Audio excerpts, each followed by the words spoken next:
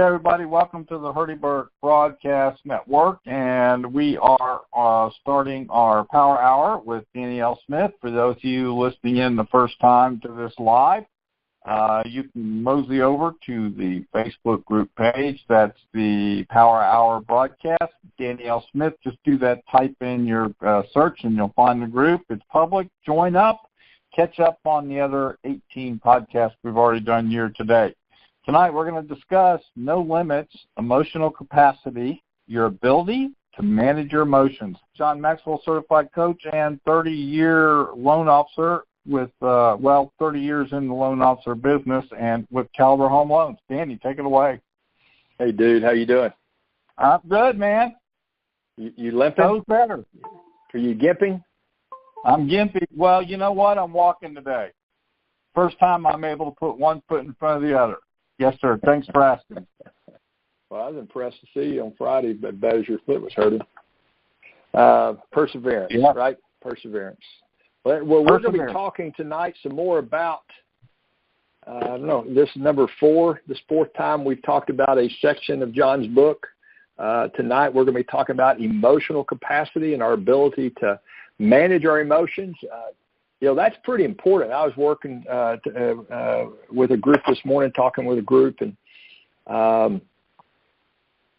they're job seekers. Now, I'm 62. You and I are the same age, and there's a couple of people in that group that were in their 30s. Everybody else is in their 40s and 50s. And, if you've gone through a job change, especially one that was not self-directed, company buys out, you whatever, you look up and you're without a job. It's a real emotional thing. Now, this morning we were going over the law of expansion, which is from the 15 Invaluable Laws of Growth, John Maxwell's book. And this book here is John's book, No Limits, raising the, what's the subtitle? I just went blank. Blow the cap off your capacity. Right. Tonight we're talking about emotional capacity, but this book, and this is a 304-page book, and it has, and John hasn't told me this, but I think it has been spawned out of that one chapter on the law of expansion. Wow. Because everything we talked about in that group this morning up at Austin Job Seekers Network was directly out of, or you could tell there's little pieces that No Limits, this book, was directly out of that book. So, John starts writing, and then he realizes there's a few more books here inside of that book. So, emotional capacity, John describes it really as the ability to handle adversity or failure, criticism, ability to handle change and pressure in a positive way. Now, our capacity, we have a capacity, I'm thinking back to John's law of the lid out of his 21 irrefutable laws of leadership. So we got 21 irrefutable laws of leadership, the 15 invaluable laws of growth, and now No Limits. But he's saying here that our capacity, our emotional capacity, might be so low that we can't handle adversity, failure, criticism, change, and pressure in a positive way. So the idea is, how do we increase that capacity? Does that make sense? Yes. Absolutely. So as you think about it, as we create stress in our lives. I'm just been going through a book and kind of reorganizing my the way I think. Imagine that, right, Hurdy? Been going through a book called The 12-Week Year, and it's mainly about reorganizing the way you think. Today, my emotions started stretching my capacity, I could tell you. And I said, nope, just slow down, pause, take a deep breath, pray. Yeah. Let's back down. Let's back off a couple of areas, because some of this is self-imposed.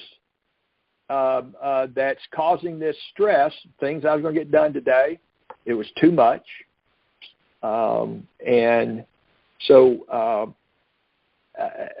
and a lot of times our emotion, our capacity is stretched because we have stressed ourselves out. Right. So,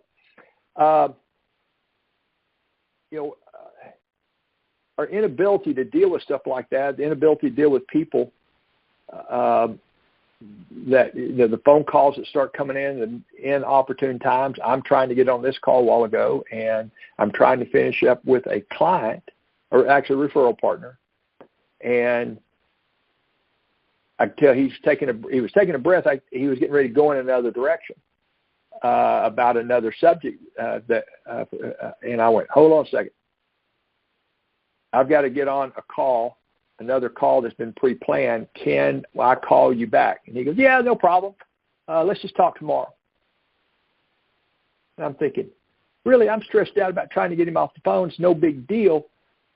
We can talk tomorrow. So anyway,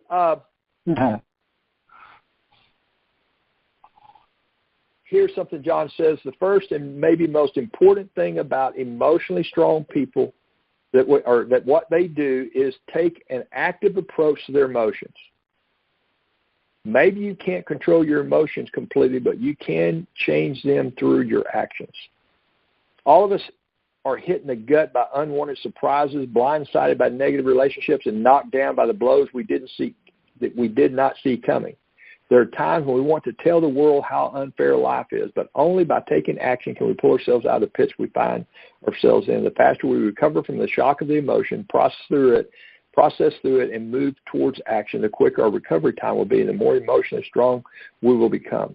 The choice is always ours. We either continually work on mastering our emotions, or we will be continuously mastered by them. Shucks, you mean I can't blame? You mean I can't blame somebody else? Doggone it. Really. So that's easier said than done, right? There's a skill to this. One of the hardest things to do, I think, is to decide and take action on no more complaining. Yeah. And I think when you do that, when one does that, they've got to stop it completely. No complaining about anything. Wow. Now, my wife used to say, my son would fall down and hurt himself, and he'd say, and he'd tell me, it hurts. And she said, well, it's supposed to. You fell down. And, oh, wow. So that's like rough treatment, man. Yeah. She was, real empathetic. I'm kidding. But okay, let's talk about that for a second, Herdy. What you said a while ago, really nothing. All right, so let me interrupt. So the idea is that your goal is not to be the first thing you do emotionally, is to react and complain, right? Obviously, that's the easy thing to do. That's kind of what you were saying, right? Right. Be aware of it, that you're being negative and you're complaining and you're blaming the world and you can't believe this happened. If that's the first thoughts that come to your mind, then you know your emotions are in control of you. Yeah, that your negative emotions are in control. Exactly. Yeah, we all have emotions, good and bad. Right, I get that. Yeah, and that the negative emotions are in control. That's it. Right. Got it. I mean, seriously, what happens when we're talking negative? We're reinforcing the negative that we're already feeling. Right. Exactly. And it's causing more of the same. I mean, think about what we've talked about and quoted the studies on here before. 90 to 97%, depending on which study you're paying attention to, 90 to 97% of what we think every day is repetitive. So if somebody cuts me off in traffic, and I start bad-mouthing them, I stump my toe and start, saying how stupid I am because I stumped my toe. I just missed that exit. I missed a phone call, and I'm ticked off because I missed that phone call, and I didn't take my computer with me the other night, and I got a what I call a money call from a realtor. Had a borrower that needed a pre-qual, and I don't have to take the call, but I like working when realtors work. They work at night and weekends. I'm available, and so I didn't take my computer, so I'm going, no problem. Now, I was a little tense at first, but wouldn't say anything. Then, and I'm an hour and 10 to 15 minutes from my house at a wedding. We're finished, and we're kind of just hanging out a little bit and talking. And so I'm thinking, so I could have had the thought, not saying I didn't think it, but I jumped right past it. I didn't voice it. Why tonight? I'm home every other Saturday night. Well, I'm glad I got the call. I'm glad, that deal. But well, I don't have my computer. Dang, I never leave without my computer. Oh, but I got my phone, and I can pull it up on my phone. Guess what? I get locked. I'm locked out. I'm trying to sign in on my phone, and it locks me out. Right. So but I wouldn't. My deal. I am not going to start complaining. It doesn't do me any good, and it just adds to the whole thing. And and if I started complaining, there's certain things we should never complain about, and there's certain things I won't even talk about. If you hear me talking about it, I'm stressed. I don't talk about the traffic. I don't talk about the weather. I don't talk about spam, and I don't talk about my computer running slow. And so anyway, that's just me that I decided to do. About a year ago. Some of that it's been longer than that, but not all of it. Heck, I read Helen Keller's a book Helen Keller wrote about optimism. If that woman had anything to, excuse my language, but to bitch, if anybody had anything to bitch about, she did. And read her book on optimism. Unbelievable. Right. So, back to the book that we're talking about here. How to increase your emotional capacity. Just going to run through some highlights of this. Emotionally strong people are proactive in dealing with their emotions. Wow, there's a benchmark. So repeat that. Emotionally strong people are proactive in dealing with their emotions. There you go.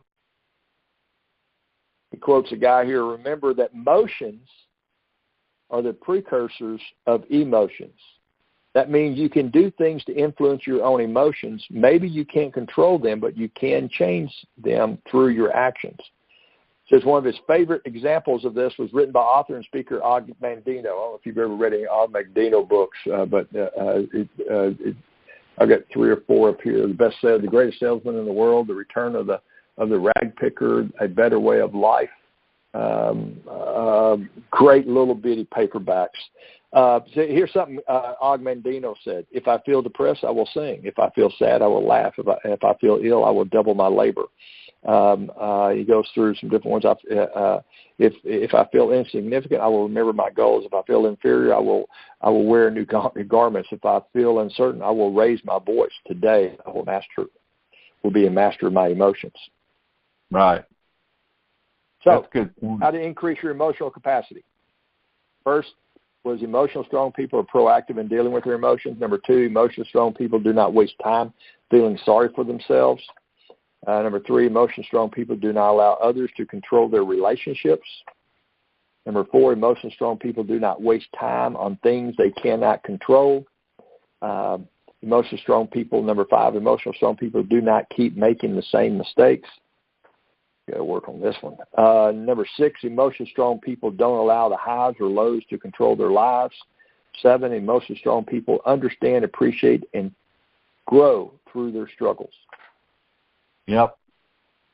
You know, so many of us, Herdy, waste our struggles. You ever thought about that one? Not in the way you just wasted struggles. I don't think is a term I've ever thought about. I think I do it. I just don't think I ever thought of it in terms of wasted struggles. And I think what you're going toward is that in those struggles, that's part of our growth, right? Should be, I think. I mean, what else would grow you? You know, laying around eating ice cream all day doesn't grow you. So I guess it does, but not in a good way. Well, right. But my point is that, yeah, you don't want life to always be a struggle every single day, right? But there are certain ones that are worth going through. So I'm not really, I'd have to think into that a little bit. So if you want to explain it, you can. But I don't know. It's not here in our notes. It's not out of the book. It's just that, you know, somewhere over the year, I mean, when I was, you know, downsizing our company, you know, a few years ago, right? It just hit me that I was determined not to waste the struggle. And right. I don't know if there's a proverb or I don't know if I don't remember a book that I got. There's a proverb for everything. Yeah. Yeah. But you know, just don't waste the struggle. We're in the middle of a struggle. We're here. Let's go ahead and learn something from it. Yeah. Or just keep fighting through it, because if you take this down to people's business level, somebody like me that's been a struggle for 7 years, not because of not being sharp and smart and creative.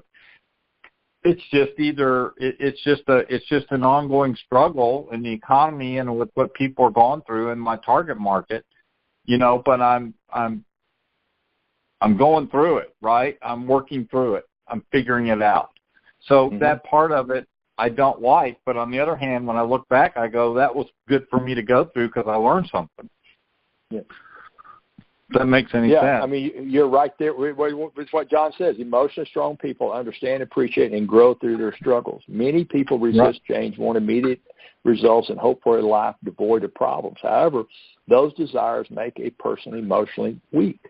Why? Because life involves struggle. Emotionally strong people expect difficulties, learn to appreciate the growth they bring.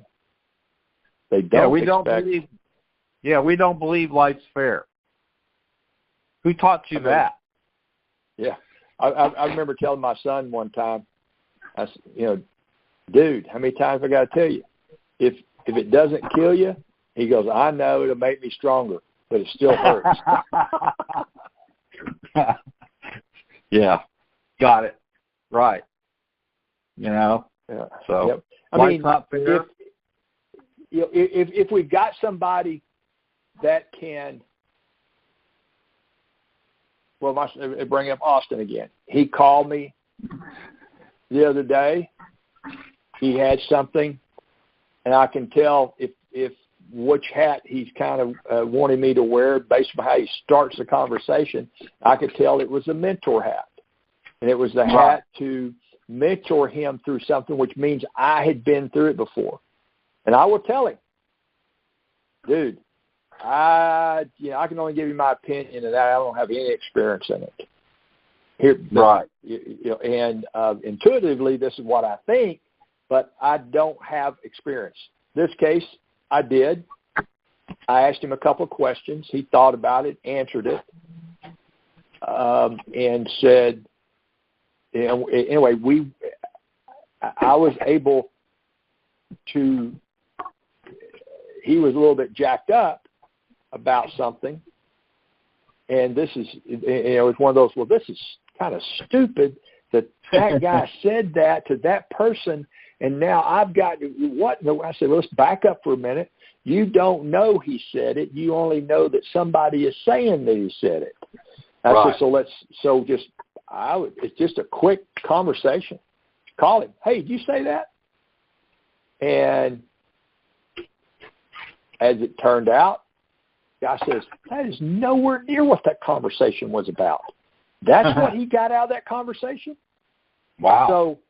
So the thing is that if we have somebody that's been through experiences, we can learn from them, okay? And we can realize that we've stressed our emotional capacity for no reason. Right.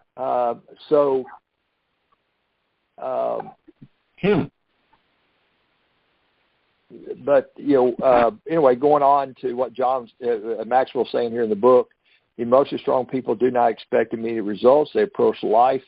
As they approach life, they know they are in it for the long haul. As they face struggles, they do so with energy and fortitude. They understand that genuine success takes time. They keep going, keep working. They realize that they may change their direction overnight, but they won't arrive at their destination overnight. They keep their eye on the big picture.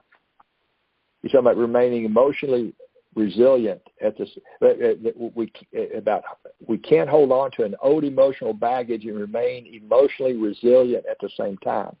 Recently, I was reminded of the importance of that ability to start fresh when I came across an idea expressed by Steve Jobs, who essentially said that we must learn to erase the board of our achievements and allow ourselves to become beginners again.